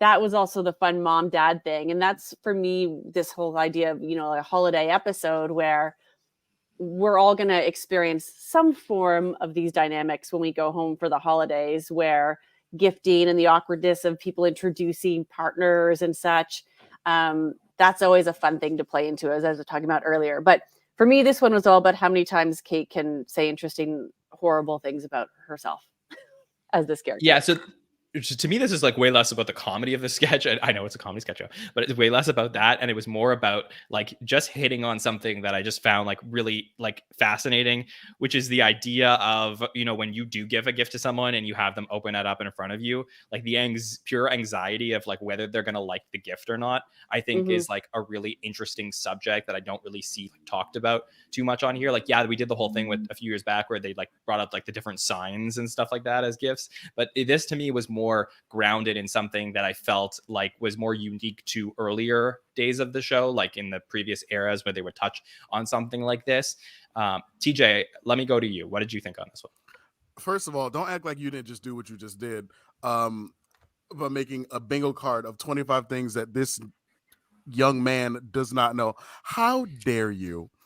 But honestly, that's one of the funniest things I've seen this week. So well done, whoever did that. As long as it's not insinuating that I'm dumb, I'm choosing to take it in good spirit. You're just smart in different ways, TJ. That's all. Oh, I hate all of you. But that aside, so for this sketch, I love John's note that you just brought up, because I'm somebody who hates giving gifts. I'm somebody who hates receiving them. Actually, I hate giving gifts so much that I would almost rather never someone give me a gift. If it means I got to sacrifice the obligation of giving a gift, the feeling of like an obligation, the imaginary obligation that you create in your head when somebody gives you something, you're like, oh shoot, I got to give somebody something. And then also the feeling you get when you have to open a gift in front of somebody and you don't know if this person's a shitty or a good gift giver yet. Like, if I could erase those four feelings myself as somebody, like, that's just not my love language, like, at all. Like, yes, I've gotten gifts and I really like them. You know, buy me a Pokemon plush. Like, that's the easiest thing to get me. But if I could ever, holes? Huh? Does it have holes? Stop it. How about some pants with a sewn-in belt? Some Dockers. So just getting back. So if I can never feel those four feelings ever again, I would be glad to never get another like material gift a day in my life. So I did love touching on that note. Also, just want to shout out something. There was a lot of really good things to shout out in this episode. One, Kate is a mom, always a win. Just the same as like Becca's a dad, or Heidi as a wife, or Becca's a dad, or Mikey. Mikey's a really good dad. I don't think we talk about Mikey as a dad or a husband enough. I think he's like pretty good up there as well. But Kate as a mom is good. And also when we got to have Kate as a grandma, like two just knockouts. There's something so beautiful about like shitty male confidence in gift giving. To give your potential son-in-law a book that says how to pick up women in front of your daughter and then say, "Oh, you guys won't be together in 6 months," has to be one of the most cold-blooded, confident things I've ever seen. Can you imagine the gusto of doing that before family dinner?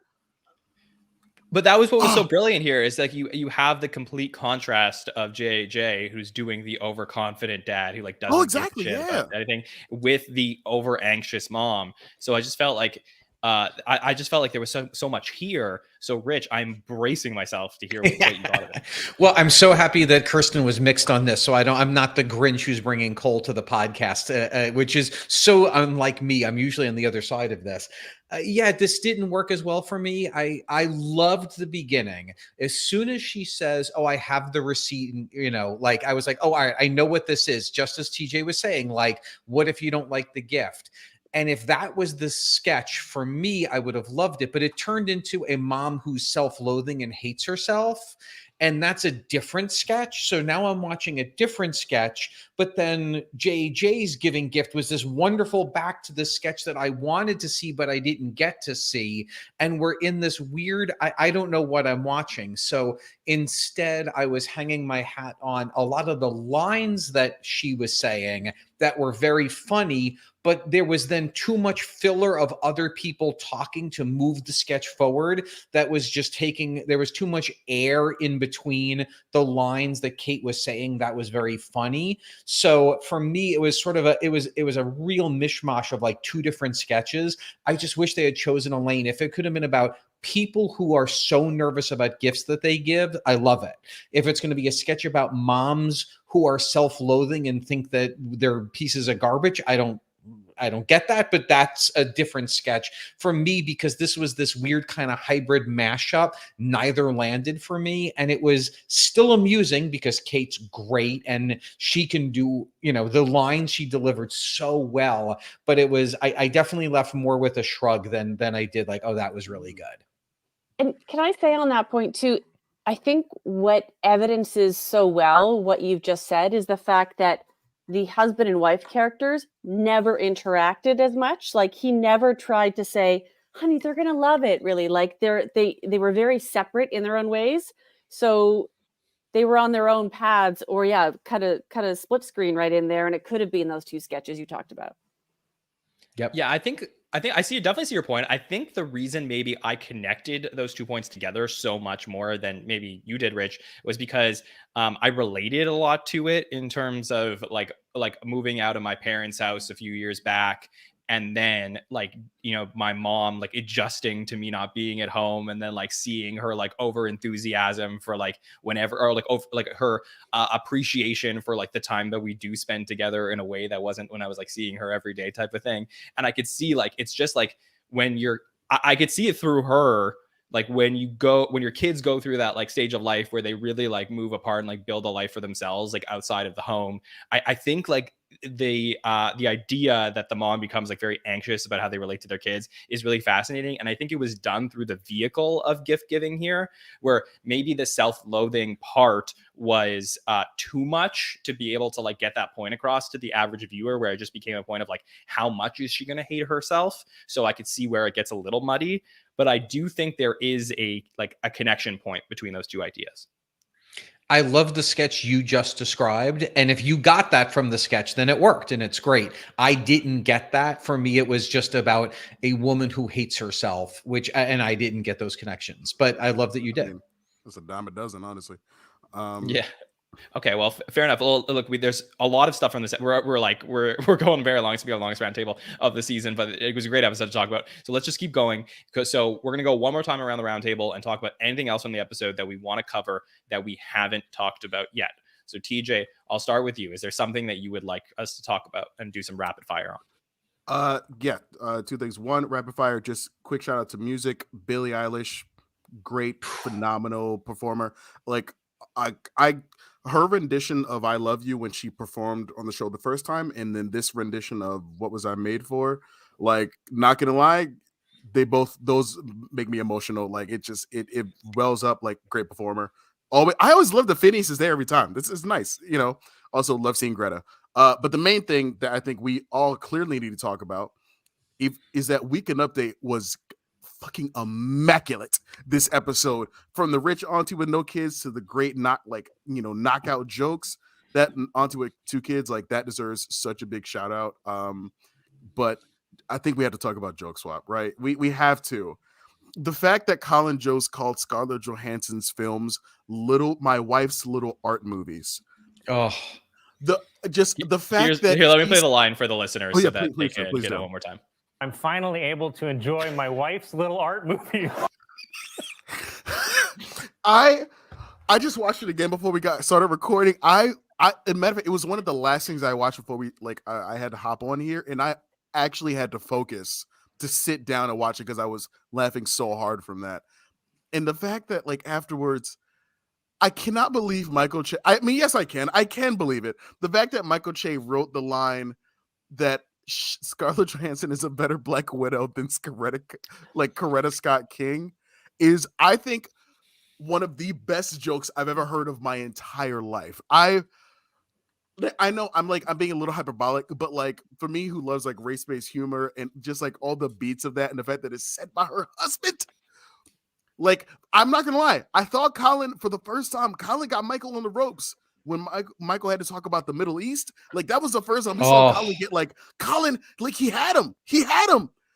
Oh, but Michael having the doctor there and that last joke, the minute you have Michael write a Scarlett Johansson joke, and if Colin read it, it's done. I still remember my reaction to the Scarlett Johansson joke from the last joke swap. I can't remember the joke. Oh, yeah, about the Sammy Davis Jr. Like, I'm still laughing about that. And it's been at least 2-3 years since that joke, right? Just joke swap. Season 46. Now, thank you.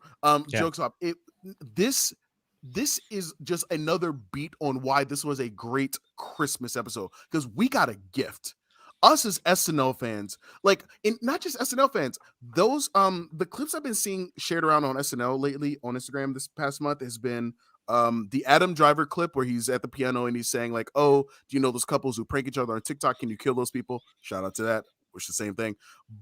And then the joke swap clip, and not even the full thing. People are just taking one of the jokes. They're not even sometimes editing in the doctor or the graphic. So they just have Colin Jost saying these things or Michael Che saying these things, like, out of context. But, like, people get it. Like, that's already being shared around a lot. But, like, joke swap, I think it's just one, like, it's their weekend update thing. Like, I've often wondered, what is the Colin and Che's, like, weekend update thing? That's it. It's joke swap. We've known this for a while. And let's be honest, we all thought it was over. We all thought it was over. And the fact that, unlike my dad with the milk and cigarettes, the fact that it came back, oh my God, I was so gleeful. It was great. And it was funny. So just loved it. Yeah. It took this episode from, like, I'm having a great time to, how the hell could this episode lose? There's no losing from here for me. I mean, yes, you could. It was sorry. It was so fantastic, and, like, I don't want to skip over Ego as Veranda, the rich. No, not all. She was also great. Sorry. Yeah, she was so great. Where she said this. Michael, I am cutting up today. she some fantastic lines, which we'll probably go through another time. But seriously, one of my favorite Echo characters she's ever done. But that joke swap was so good. Saturday night, everybody was like, John, who was that woman? Like, so basically her name is Daphne Skeeter. She is an extra that was brought on to play Dr. Hattie Davis. So not a real person who was on season 3 of the show. But still, so just to, again, give this full context of this, I believe that this woman was not there for the dress rehearsal version. So this was completely raw for Colin Jost to then be this woman to be brought up, who he may not have known who she actually was, and then had to experience this whole thing. And Rich, for me, like, the line of this whole thing was when he was just like, he said the whole the whole thing about anger, and then he was like, "Am I right?" and like, I think it was like, bitches love bringing up old stuff, and then Bridget, that's what it was. Excuse me. Am I right?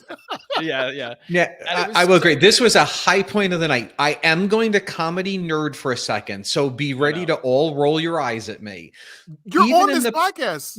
I know. Come on. At you? I'm going to be self-aware when I say this. The whole premise of the Hattie Davis character didn't make an ounce of sense, because even in the fictitious world of what they're presenting, the character that, Hattie Davis has heard them say Michael Che wrote these jokes for Colin. So why would Colin be embarrassed to say them in front of an activist if the character of Hattie Davis heard Michael and Colin explain the premise up first? So to me, it didn't add and it almost took away, because we know I didn't know she wasn't real, but even if she was real, she heard Michael Che say, I wrote these jokes for Colin, and then Colin was saying them and being embarrassed that so that didn't work for me, because it didn't make any sense to me. Let me jump in on that, because I totally disagree, because if you're buying into the idea of the joke swap in the first place, then it's the whole concept is basically like what you're saying would undercut joke swap altogether, because then it's like these two people can get away with anything and it doesn't really matter what they're saying. But the reason that joke swap is so funny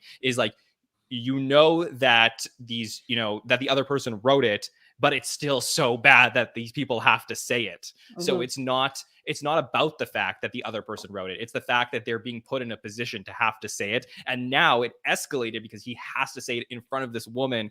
And it's like, oh no, and the awkward face, like everything. I hear you. I'm not buying it. It doesn't make sense to me. It's just saying it to the audience and the camera and them being clips are so funny, and watching his pain of saying them out loud, but saying it in front of a single person that knows it didn't work for me, but that's okay.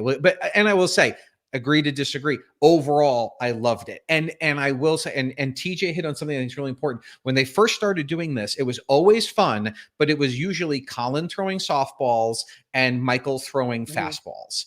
And now they're both throwing heat. And it was, when he started with the Gaza thing, I was like, where is he going with this joke? And then when it lands on I was like, oh, so I love that. I love seeing Che uncomfortable, because usually he's just like, and this was like, ooh. So it was hitting hard on Saturday night. It was really fun. And you could also see let me just jump in. As I say, you could also see like in Che's head, he's probably thinking like, after the shit that SNL got last week for the cold open, the fact that I have to say this now is like terrible. So it was so good. Yeah. Oh, that's right. They did get a lot of ish. I mean, there's a lot of heat coming their way throughout the week. So I just think that made the whole thing even funnier. Let me get Kirsten's thoughts on joke swap. Oh, echo everything. Like, it was a massive highlight. How do you escalate it without just becoming completely depraved, but they still remained really smart in how they did it? I loved that they had this extra witness to what he was saying.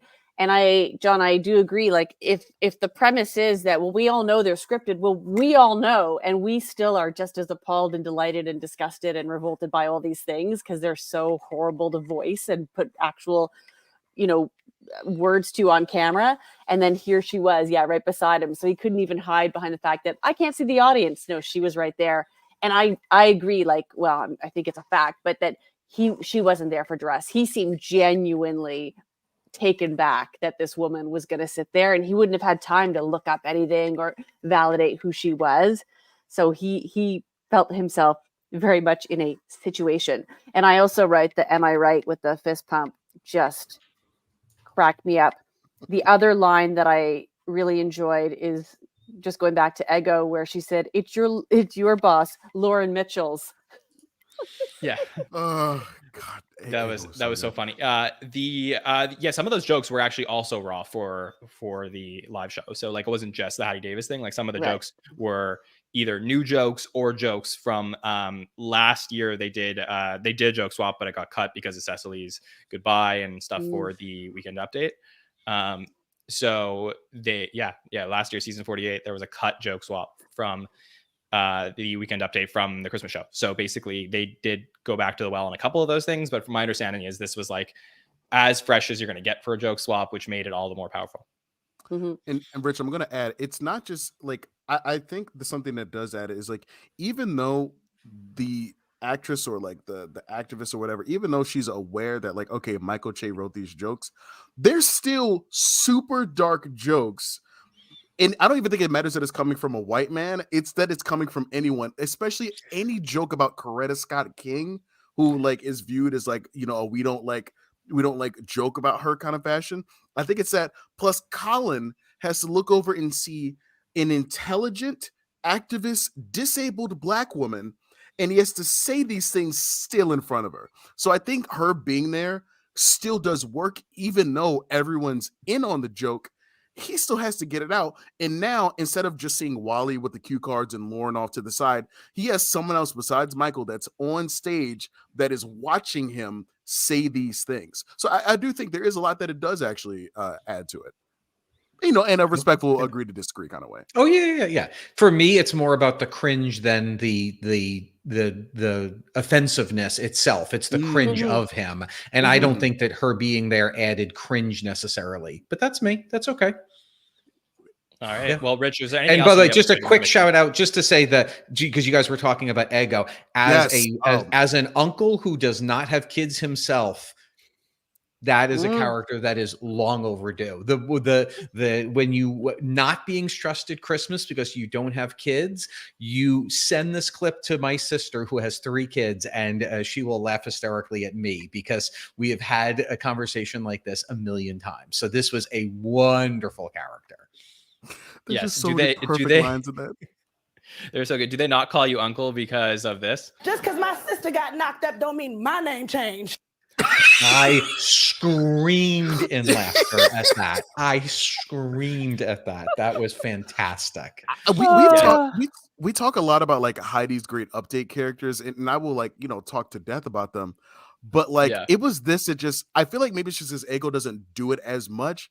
But let's take a quick like gander behind us.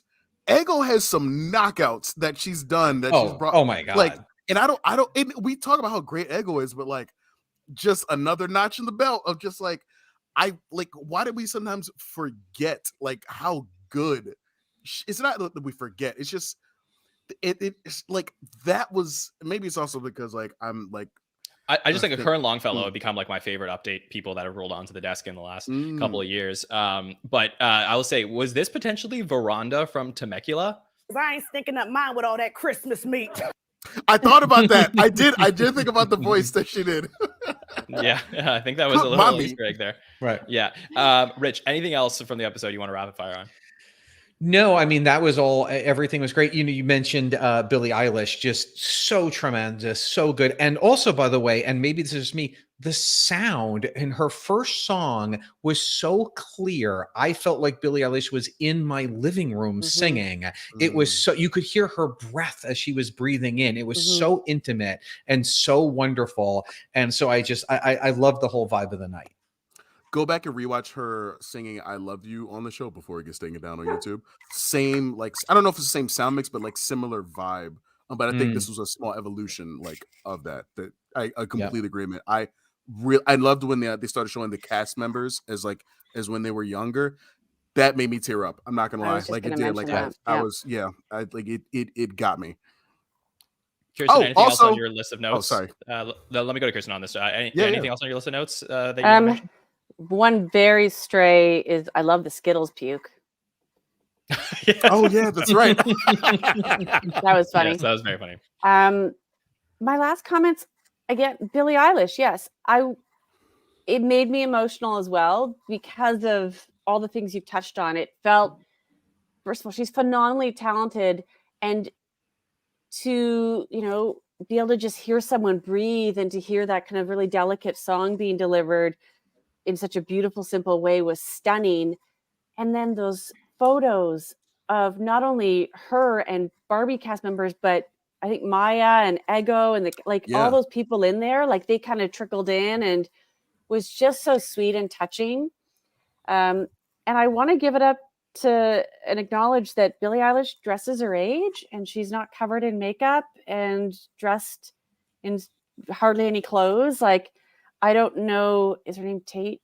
I don't know, the girl who was on a couple weeks ago. Yeah, I don't really know her that well. I actually think she's Canadian also, but I'm not going to pick on her, but just generally, like, younger pop stars are very sexy, and that has become the way to sell records and to make money.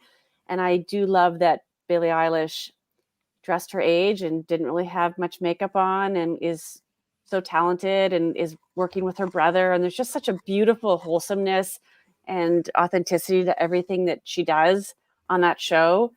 And I just wanted to acknowledge that she was wearing clothing. Yeah. You really didn't like that Tate McRae performance, did you? It was fine, but it was Defend your fellow Canadians. no. I'm not going to. We've got enough great Canadians. I am not going to defend her. Fair enough. Well, so the only other thing I just wanted to mention as I was doing my sound clips today, and going over them, that I thought was really funny. This is honestly maybe one of my favorite lines from the entire episode, in a sketch that I thought was just okay. But this line from Kate. And F you, Judy Garland, F you to hell. Wizard of Oz was mid. I thought it was a good line. I did think it was such a good line. Like, I just want to just appreciate that line of Wizard of Oz was mid. Was so funny to me. But yeah, of course. This, like I said, I love this episode because it was jam-packed. Like, we already been talking for an hour and 40 minutes, and there's like a million sketches and other moments of the night that we didn't even talk about that we won't get to tonight. But of course, we may get to them on By the Numbers later in the week, or on the SNN patron sketch breakdown, or whichever sketch that you guys end up choosing, you patrons. But for now, let's talk about the MVP from the week. So let me give you the stats from this week at Saturday Night Live. So we got Kate McKinnon, who was in 9 sketches. We had appearances from Maya Rudolph and Kristen Wiig, who were both in 3 sketches. Greta Gerwig was in 1 sketch, Tampon Farm, and also introed one of Billie's performances. We had the great Paula Pell show up as well for Tampon Farm. Billie Eilish did 2 songs and was in 2 sketches. Phineas was also there.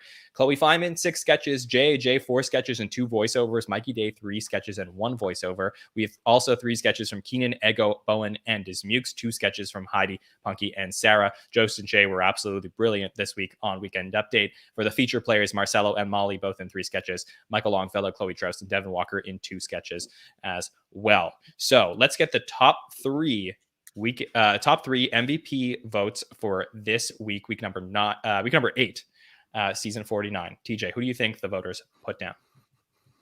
Oh, I'm gonna say Ego's somewhere. Oh wait, do I need to give an order? Yeah, give me top 3. Come back to me. Okay, Rich, you want to go first? I'm gonna guess that the audience said I'm gonna go out on a limb. I'm gonna go Sarah Sherman first, Kate McKinnon, Billie Eilish. Okay, Kirstin. First, Kate. Second, Billie. Third, Maya's face. All right, TJ. I'm gonna say Kate, Billie. I'm gonna say Che Jost as a duo with Billie as Ego as an honorable mention. All right. Well, for the first time of doing this MVP voting, I think in the history of us doing this here, we don't have any regular sketch performers in the top 5 MVP votes because I should say season 49, episode 8. So apologize for that. But season 49, episode 8 MVP, Kate McKinnon first, 38%, Billie Eilish, 15%, Maya Rudolph, 10%, Kristen Wiig, 8%, and Colin Jost at 7%. So this is like, if you ever, and Che was 6. So if you ever expected this to happen, I think on the Christmas show is where you would get this, where we have the host, the musical guest, 2 cameos, and then the Weekend Update performers is our top 6 MVP votes. But, honestly, shout out to Sarah that you mentioned, Rich. And, there were other great ones here, Ego as well, we talked about. So, there's a lot of really good performances in this episode, but this was just a fantastic, a really interesting vote that we got here for season 49, episode 8 MVP voting. All right, let's close the book on 2023 Saturday Night Live from Aubrey Plaza all the way to Kate McKinnon. And we're going to kick off 2024 with Jacob Elordi coming in for the first time to host Saturday Night Live with music from Renee Rapp, obviously promoting the Mean Girls musical movie that is coming out. So a lot of people were wondering if this would be a Tina thing, but they got Renee Rapp here. So I know this is very exciting for a lot of people. So TJ, what are your thoughts on Jacob Elordi kicking off SNL in 2024? Well, I feel proud because I know for a fact that unless you are a Euphoria fan, unless you're I want to say I don't want to say that. Sorry. I know for a fact this is. What were you going to say there? Age? No, but I know for a fact that this is the host this season, at least so far, sort of in a Reggae Jean Page way a couple years ago, that if you saw this come up, some people probably were like, who? But he's a good actor. He's in Euphoria. For those who don't know, he plays the villain in Euphoria. He's Nate Jacobs. He's evil in Euphoria, but he's good. He's a great dramatic actor and comes across like he could be a bit of an a-hole. So the fact that they're booking him, I'm so curious to see, because he's a very dramatic actor. I think he's also playing Elvis and Priscilla. So I know, why the hell would you book the guy who plays Elvis in a movie called Priscilla? Don't know. Instead of booking whoever played Priscilla, but I don't know. But like, no, he's a really good dramatic actor. Really curious to see if he's funny, because he's also had a thing recently where he's been kind of speaking down about some of the movies he did. He was in those really crappy Netflix kissing booth movies, and he kind of talked down about them. And so to kind of speak badly about your part of the career, and some of his castmates were like, hey, we didn't like need you to do the movie. So really curious about this booking, because is he gonna, be respectful of the cast? Is it gonna be another Bill Hader, Justin Bieber situation where like he's just not going to work well with people? Really curious about this, because great dramatic, and maybe he's really funny. Like, he agreed to do this, so I am fascinated by this booking. I don't know Renee Rapp that much. I know she's really popular and she's in the Mean Girls movie, so I realize I'll get to know her. But I confused her with the actress from Hamilton, Renee Elise Goldberry, until I realized that's a different Renee that I was thinking of. So I'm intrigued by this episode. I'm excited to see what's going to be. Yeah, Tina's going to be there, right? I expect Tina to be there in a similar way that Amy was there last year when we did the Aubrey Plaza episode. So I wouldn't be surprised to get to see that. I do think we may get Renee Rapp in sketches potentially. Also, will be interesting to see, what if he talks about, he's Australian, so other Australians we've had host SNL include like Margot Robbie, Chris Hemsworth, Hugh Jackman, and Elle Macpherson. So would be interesting to see if we get any Australian talk at all. Rich, I know you were just elated when you saw Jacob Elordi's name pop up on screen. So oh my God, John, if you told me that these were the two fake names that Lorne puts on the board when they're not sure who they're going to book for the night, I would believe you. So I know of Renee Rapp. I don't know these people at all. So I will be interested to find out and get to know them in January. Yes, maybe we will get a Renee Rapp that night. Would be fun to see. Kirstin, what are your thoughts? Much like Rich, I don't know a lot. I know Jacob's name because he's been in the press a little bit, and I guess from Priscilla, but I have no idea what to expect. And I do not know who Renee Rapp is. So I'm open-minded. I hope it goes well, and he's not a flash in the pan type show one time. But I suppose he's hot right now, as the kids say. I don't know. TJ, do they say that still? Again, if you're Gen Z or you're like a younger millennial, you definitely know who Jacob Elordi is, because Euphoria is one of the biggest HBO shows. And that this is like for Gen Z's really been getting a lot of hosts this season, or at least a lot of musical guests. And I think this is one you will have a younger audience that's going to watch it. But Gen Z, we don't love him because we don't love his character in Euphoria, but this one is very intriguing. So yeah. I'll also say I don't know if this is just a me thing, but the idea that SNL can book like a really special guest for Christmas and then the start of the new year book like a pretty unknown host to come in for the first time, and it's like a start of the year, it feels fresh, we get to there's no expectations coming into the episode, to me is a perfect booking. It's what you want from the show at this point, where we just got off of the celebration of Emma Stone, Adam Driver, Kate McKinnon, and now we're everything is fresh, new ideas, new host. We get to see what SNL will look like in 2024 and begin wondering about the future of the show. So I love it, every minute of this, and I'm excited for what we're going to get. So before we do get there, so much more coverage here on the SNN. If you're looking for any SNL coverage on your holidays, including our By the Number show, where we will talk through this Kate McKinnon and Billie Eilish episode of Saturday Night Live, go through all the screen time. So I will be on with Mike and Victoria on Wednesday night for that.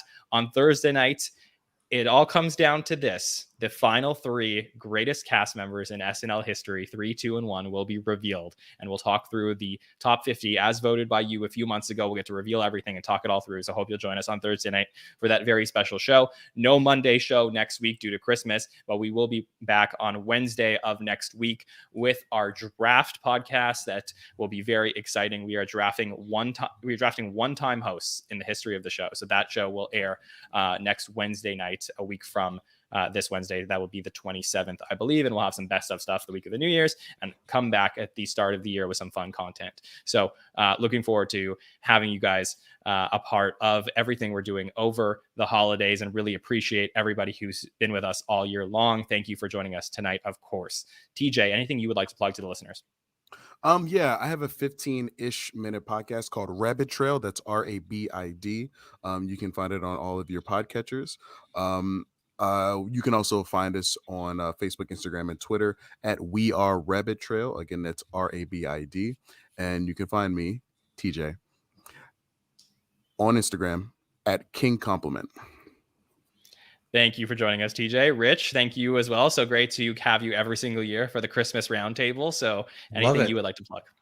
Only if you're in the LA area. Tomorrow, the 19th, I'm doing the Risk Storytelling Show at the Lyric Hyperion, which will be super fun. And then on January 7th, I'm going to be doing Reveal, telling a story in Glendale. So, and if you're not in LA, it's nice to know you. Hello. That's it. I got nothing. That is so cool, Rich. I love Risk. Oh my God, that's awesome. Kirstin, thanks for joining us as well. Anything you would like to plug? Thank you. Yes, we have our upcoming winter show for Generation Women, which is an intergenerational storytelling night. It is in the Toronto area, so unless you want to come to Toronto, it's in Toronto. Generationwomen.ca, and our theme for this one is Far From Home. Very, very cool. Well, thank you all, like I said, once again, for joining us every single Monday night throughout the entire year. It was just such a pleasure to be live with you and welcoming us into your homes as we get to talk some SNL all together. So if you want to keep up with everything we're doing, make sure to follow us on social media at the SNL Network, and you could subscribe to the podcast, YouTube, Apple Podcasts, Spotify, wherever you get those podcasts. Follow us and subscribe. All right. On behalf of TJ, Rich, and Kirstin, my name is Jon Schneider from the SNN. We will see you next time, everybody. Have a good one.